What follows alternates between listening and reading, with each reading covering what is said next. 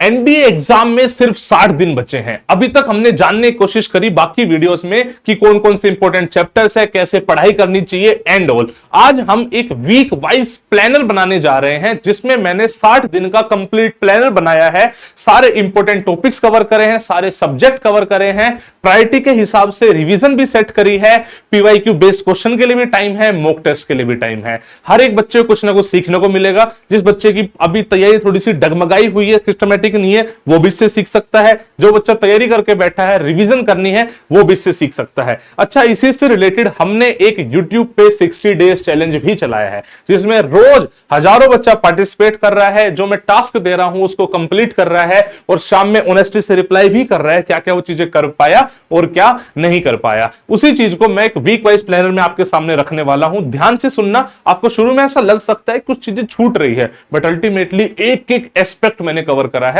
आप बस ध्यान से समझते जाओ। सबसे पहले वीक 1 की बात कर रहे हैं। हमारा टारगेट है बच्चे एनडीए 2025 जिसमें बचे हैं 60 दिन। मैथमेटिक्स एंड जीएटी दो पार्ट में मैंने डिवाइड करा है। सबसे पहले मैथमेटिक्स में मैं इजी और इंडिपेंडेंट चैप्टर लेना चाहता हूं वीक 1 में, ताकि कॉन्फिडेंस अच्छा बिल्ड हो सके। जिसमें मैंने सबसे पहला टॉपिक रखा है बच्चे complex number, then matrix and determinant. ये तीनों इंडिपेंडेंट टॉपिक है, आपको प्रीवियस नॉलेज नहीं चाहिए, नए टॉपिक है। शुरू से पढ़ोगे, पीवाईक्यू करोगे, मामला खत्म हो जाएगा और एक हफ्ते में ये तीनों चैप्टर अच्छे से हो भी जाएंगे, पीवाईक्यू प्रैक्टिस भी हो जाएगी और आपका कॉन्फिडेंस भी काफी हाई हो जाएगा।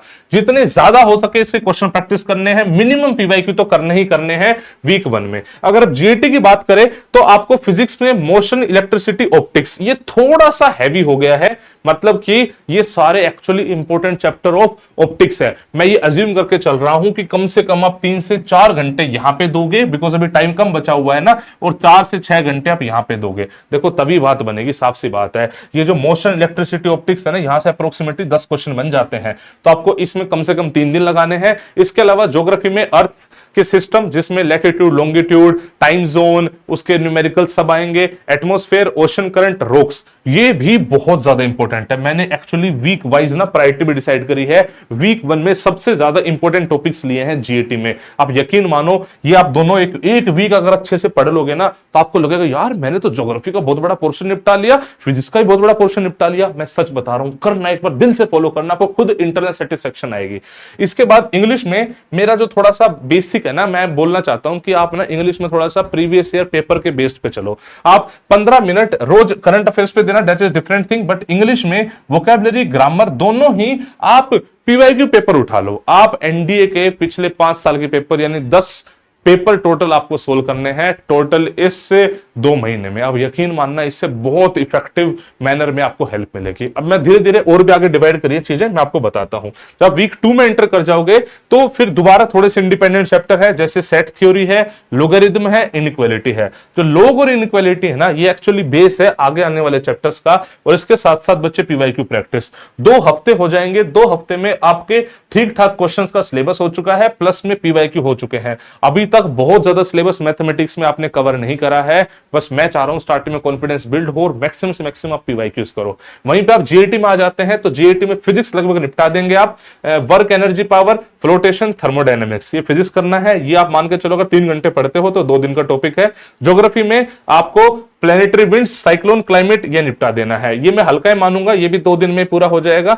इंग्लिश में मैं ये चाहता हूं पीक्यूआरएस एंड सिनोनिम्स पर थोड़ा सा फोकस कर लो आप। इसके लिए कोई किताब देख सकते हो, प्रीवियस ईयर वाली कोई भी किताब उठा लो, या कोई वर्ड पावर मेड जी जैसे आपने मान लो बाई चांस वोकैब के लिए कर रखी हो, वो कर सकते हो। पीक्यूआरएस कहां से करोगे? अगेन ये आपको वही प्रीवियस ईयर पेपर उठाने वहां से करने हैं। जब तक वीक 2 कंप्लीट होगा, आपकी लगभग ज्योग्राफी पूरी हो चुकी होगी, लगभग फिजिक्स पूरा हो चुका होगा, और मैथमेटिक्स में आपके 6 चैप्टर हो चुके होंगे, और आप मान के चलो कि सारे पीवाईक्यूज भी हो चुके होंगे। 2 हफ्ते पूरे होंगे और आपका कॉन्फिडेंस बहुत हाई होगा। नेक्स्ट पे चलते हैं बच्चे, वीक 3 की प्लानिंग करते हैं। कुछ और चैप्टर थोड़े से डेप्थ में जाएंगे, जिसमें अब मैंने फंक्शन, लिमिट्स, कॉन्टिन्यूटी, डिफरेंशिएबिलिटी और डेरिवेटिव जाना है। अच्छा, कुछ चैप्टर्स आप छोड़ भी सकते हो, जैसे इसमें कैलकुलस आ गया है। कैलकुलस बहुत बच्चों की वीक होती है, तो इसमें मैं बोलूंगा फंक्शंस तो एटलीस्ट करना ही करना, फंक्शन को मत छोड़ना। लिमिट भी आसान होता है, वो भी कर लेना। इनको अगर किसी बच्चे की वीक है तो छोड़ सकता है, कोई और टॉपिक जो नेक्स्ट वीक का है उसको इसमें ऐड कर लेना, लेकिन अगर कोई कर सकता है तो पूरा करना और साथ में इसके पीवाईक्यू करना। ये पूरे वीक का टारगेट है, इतना मुश्किल नहीं है बच्चे। ये नेक्स्ट आ जाते हैं बच्चे फिजिक्स में, जो बचे हुए टॉपिक है वो हो गए, उसके बाद फिजिक्स बिल्कुल कंप्लीट है। ये एक्चुअली में थोड़े से कम इंपोर्टेंट वाले टॉपिक है, इलेक्ट्रोमैग्नेटिज्म की थोड़ी सी वेटेज बढ़ रही है, ये आप कर सकते हो। बाकी देखो इंपोर्टेंट वैसे पूछेगा तो सब कुछ ही है ना, जिससे क्वेश्चन आ रहे इंपोर्टेंट है, बट फिर भी ज्यादा और कम की बात हो जाती है, तो मैंने उसके हिसाब से प्रायोरिटी रखी है। हम ज्योग्राफी में इंडियन ज्योग्राफी पे आगे आ चुके हैं। इंडियन ज्योग्राफी में आप इंडिया का नेचुरल वेजिटेशन जानोगे, एग्रीकल्चर जानोगे, एक्सपोर्ट इंपोर्ट जानोगे। इसमें एक दो चीजें और ऐड कर लो, अच्छा रहेगा। रिवर सिस्टम ऐड कर लेना, रिवर्स एंड डैम्स ऐड कर लेना, बिकॉज यहां पे थोड़ा हल्का ही मामला है, तो यहां पे थोड़ा बढ़ा सकते हो। इंग्लिश में मैं चाहता हूं कि आप इडियम फ्रेजेस क्या करो, पिछले 5 साल के यानी 10 पेपर के आपको इडियम फ्रेजेस सारे के सारे देख लेने हैं। कोई किताब भी उठा सकते हो, वैसे भी खुद डाउनलोड करके पढ़ सकते हो, बट इडियम फ्रेजेस कंप्लीट कर दो। एक हफ्ते में इडियम फ्रेजेस रोज का 1 घंटा दोगे तो हो जाएगा। मैं मान के चल रहा हूं जीएटी में टोटल 3 से 4 घंटे रोज के, और यहां पे 4 से 6 घंटे, और आपका ये टास्क कंप्लीट हो जाएगा। अब नेक्स्ट करते हैं, तो वीक 4 में आ जाते हैं। वीक 4 में हम ट्रिग्नोमेट्री में आ जाते हैं। Trigonometry, ratio and identities, property of triangle, height distance, inverse trigonometry, ये इसी सीरीज में है। सबसे इंपॉर्टेंट ये है, फिर ये है, फिर ये है, फिर ये है। तो सबसे जो इंपॉर्टेंट है उस पर फोकस रखना ही रखना है बच्चे। अगर ट्रिग्नोमेट्री से टोटल 20 क्वेश्चन आते हैं तो आधे क्वेश्चन लगभग रेशियो एंड आइडेंटिटी से आ जाते हैं, और उसके पीवाईक्यू प्रैक्टिस कर लो। बाई चांस बाकी नहीं हो पा रहे हैं तो सिर्फ ये करके पीवाईक्यू प्रैक्टिस कर लेना। अब देख लो कितना मतलब ईजी है, इतना मुश्किल नहीं है अगर आप सिस्टमेटिक तरीके से डिवाइड करोगे तो। यहाँ पे हम केमिस्ट्री स्टार्ट कर रहे हैं। केमिस्ट्री इस वीक थोड़ी सी हैवी रहेगी। मैटर, मेटल, नॉन मेटल दोनों इंपॉर्टेंट टॉपिक है, जहां से केमिस्ट्री में क्वेश्चन पूछे जाते हैं। थोड़े से बड़े टॉपिक है, उसको कर लेना है। हिस्ट्री में बात करें तो इंडस वैली सिविलाइजेशन, जैनिज्म, भक्ति, सूफी मूवमेंट, विजयनगर एम्पायर, 1857 का रिवोल्ट, इतना आपको हिस्ट्री में कर देना है। हिस्ट्री थोड़ी सी भारी पड़ेगी, लेकिन एनसीईआरटी बेस्ड करोगे तो इतना मुश्किल नहीं है। हम अपने कोर्सेज में यही कराते हैं, ऑनलाइन ऑफलाइन सारे कोर्सेज में हम लिमिटेड हिस्ट्री पढ़ाते हैं। बिकॉज जितने क्वेश्चन आ रहे हैं बस उसी फोकस करना है, ज्यादा पढ़ने की क्या नीड है, राइट। इंग्लिश में मैं चाहूंगा कि आपने इडियम फ्रेजेस कर लिए हैं और आपका फोकस अब पीक्यूआरएस हो जाए। अगेन वही 10 साल के मतलब 10 पेपर यानी 5 साल के पेपर, और जितने पीक्यूआरएस आज तक आए हैं वो सारे कर लेने हैं। मैं रिकमेंड करूंगा अगर टाइम मिले तो थोड़े से आप सीडीएस के पेपर के भी देख सकते हो पीक्यूआरएस, वो भी अच्छा बेस बना देगा। आप देख रहे हो इंग्लिश में मेरी स्ट्रेटेजी क्या हो रही है। पीक्यूआरएस पूरे हो गए, इडियम फ्रेजेस पूरे हो गए, रीडिंग कॉम्प्रिहेंशन अब करेंगे। आपका मान के चलो 60-70% पेपर में कॉन्फिडेंस आ जाएगा, सिर्फ और सिर्फ इंग्लिश की हम बात करें तो। नेक्स्ट वीक पे बढ़ते हैं, 1 महीना हो चुका है, अब अगले वीक में पढ़ रहे हैं। अब थोड़ा सा कैलकुलस में अंदर जाते हैं। एरिया अंडर कर सकते हैं, डेफिनेट इंटीग्रल कर सकते हैं, डिफरेंशिएबिलिटी इक्वेशन, प्रोबेबिलिटी, ये सब कर सकते हैं। इसमें मैं अगर सबसे इंपॉर्टेंट बोलूं तो बच्चे प्रोबेबिलिटी है। प्रोबेबिलिटी एंड स्टैट्स काफी ज्यादा इंपॉर्टेंट है। मैं देखता हूं स्टैट्स इसमें डला है या नहीं डला है। अच्छा, स्टैट्स रह गया बच्चे, अब स्टैट्स को यहाँ पे ऐड कर सकते हो आप। प्लीज इसमें स्टैट्स डालना। प्रोबेबिलिटी एंड स्टैट्स एक्चुअली एक साथ ही होता है, मतलब हम एक साथ ही करके चलते हैं। ये दोनों ऐसे टॉपिक है जहां से 15 से 18 क्वेश्चंस आपके बन जाते हैं। तो इसमें सबसे पहली प्रायोरिटी प्रोबेबिलिटी एंड स्टैट्स है, उसके बाद टाइम बचे तो आपको ये करना है। कैलकुलस में थोड़े से कम इंपॉर्टेंट है।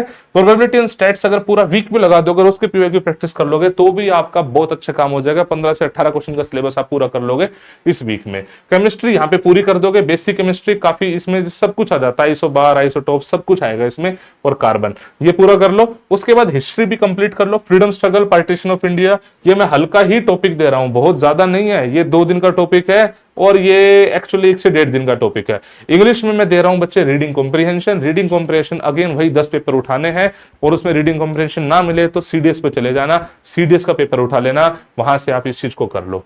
भाई साहब देख रहे हो सब कुछ तो सिमट गया, क्या बच गया है। अब यहाँ पे वेक्टर 3D बच गया है जो मेन है। आपको सबसे पहले प्रायोरिटी इसको रखनी है, कॉनिक सेक्शन को सेकंड रख सकते हो, ठीक है। लेकिन वेक्टर 3D से क्वेश्चन अच्छे खासे आ जाते हैं, ठीक है। आप इसमें स्ट्रेट लाइन भी ऐड कर सकते हो बच्चे, राइट, थोड़ा सही रहेगा। बाकी कोनिक सेक्शन में जाओगे तो और चैप्टर ऐड हो ही जाएंगे, बट ये वाली आपकी प्रायोरिटी होनी चाहिए और उसके पीवाईक्यू कर लो। अगर आप देखोगे तो अप्रोक्सीमेटली 70 से 80 क्वेश्चन का सिलेबस आप कर लोगे, इनफैक्ट उससे ज्यादा कर लोगे, बहुत सारी चीजें छोड़ने के बाद भी, राइट। इधर करते हैं तो इस वीक आपका बायोलॉजी का रहेगा। बायोलॉजी में सेल्स, टिश्यू, फिजियोलॉजी और डिजीजेस, विटामिन, कंप्लीट बायोलॉजी पूरी होगी। इधर आते हैं तो वर्ल्ड हिस्ट्री में आपको सारे revolution, American revolution, French revolution, Russian revolution and industrial revolution. Economics की बात करें तो 5 ईयर प्लान, और बेसिक्स ऑफ पॉलिटी। इस बार थोड़ा सा जो जीके का पोर्शन है थोड़ा हैवी है, बायोलॉजी थोड़ी सी डाउन है, तो ये हैवी है, 3 से 4 घंटे लगाओगे तो हो जाएगा। और इसके बाद इंग्लिश में आपको अलग से पीवाईक्यू पेपर थोड़े से पीछे वाले या फिर सीडीएस बेस्ड थोड़े से आप लगा सकते हो, बस वही करना है।